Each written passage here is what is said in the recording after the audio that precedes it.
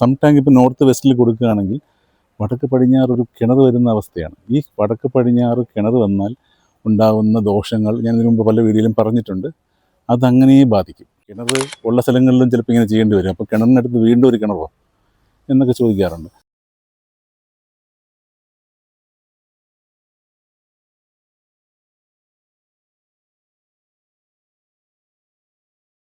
Hi, നമസ്കാരം. വാസ്തുവിദ്യത്തിൻ്റെ മറ്റു അധ്യായത്തിലേക്ക് വീണ്ടും സ്വാഗതം.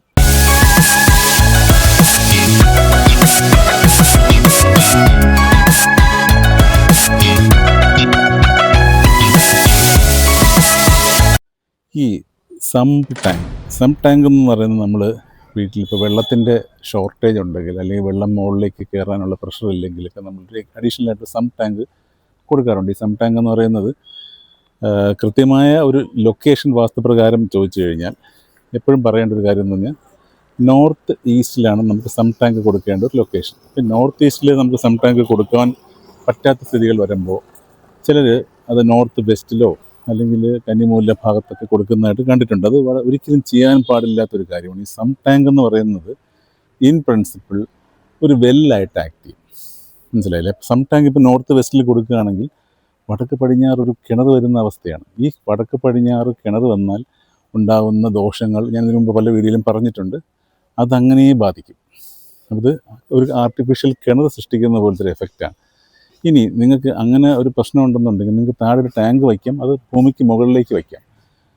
പക്ഷേ സമ്പ് എന്ന ലെവലിൽ ഭൂമി കുഴിച്ച് നിങ്ങൾ ടാങ്ക് വയ്ക്കുന്നെങ്കിൽ അതൊരു കിണറിൻ്റെ അതേ പ്രിൻസിപ്പിളിലേക്ക് മാറുന്നതായിരിക്കും. അതുകൊണ്ട് തന്നെ ഒരു കാരണവശാലും അത് നമുക്ക് ആ ഒരു സാധ്യത നമുക്ക് ഉപയോഗിക്കാൻ പറ്റുന്നതല്ല. അതുകൊണ്ട് കഴിയുന്നത് ശ്രദ്ധിക്കുക. സം ടാങ്ക് എന്ന് പറയുന്നത്, അല്ലെങ്കിൽ ഭൂമി കുഴിച്ചിടുന്ന ടാങ്കുകൾ എന്ന് പറയുന്നത് കൃത്യമായിട്ട് വടക്ക് കിഴക്ക് ഭാഗത്ത് വരാൻ തന്നെ ശ്രദ്ധിക്കുക.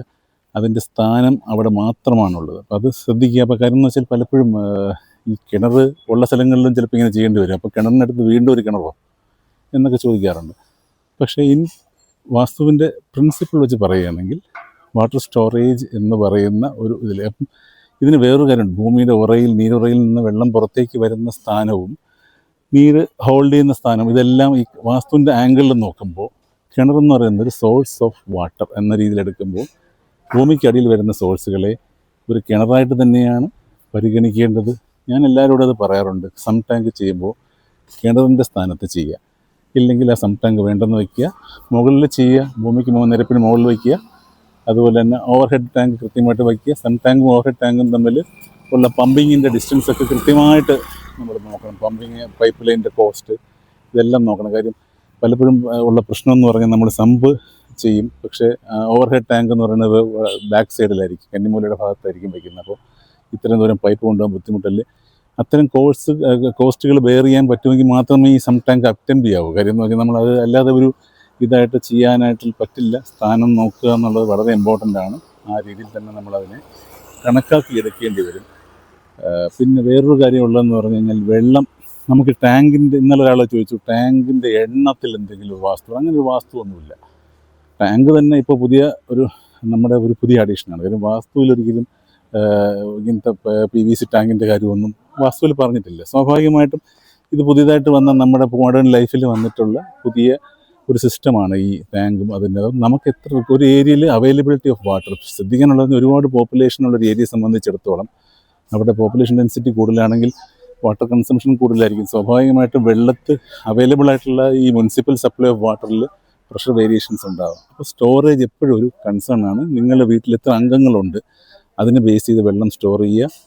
കൃത്യമായിട്ട് അതിൻ്റെ ലൊക്കേഷനിൽ, വാസ്തുപരമായിട്ടുള്ള ലൊക്കേഷൻ തന്നെ ടാങ്കുകൾ അലോക്കേറ്റ് ചെയ്യുക എന്നുള്ളതാണ് ശ്രദ്ധിക്കേണ്ട കാര്യം. വെള്ളം എന്ന് പറയുന്നത് വളരെ ഇമ്പോർട്ടൻ്റ് ആയിട്ടുള്ള കാര്യമാണ്. ഞാൻ ഇതിന് ഒരുപാട് വീഡിയോയിൽ പറഞ്ഞിട്ടുണ്ട്. അതുകൊണ്ട് ശ്രദ്ധിക്കുക. വെള്ളത്തിൻ്റെ സ്ഥാനം വളരെ പ്രാധാന്യമുള്ളതാണ്. മറ്റൊരു നല്ല വീഡിയോ നിങ്ങൾ മുന്നിലെത്തുന്നവരെ നന്ദി, നമസ്കാരം.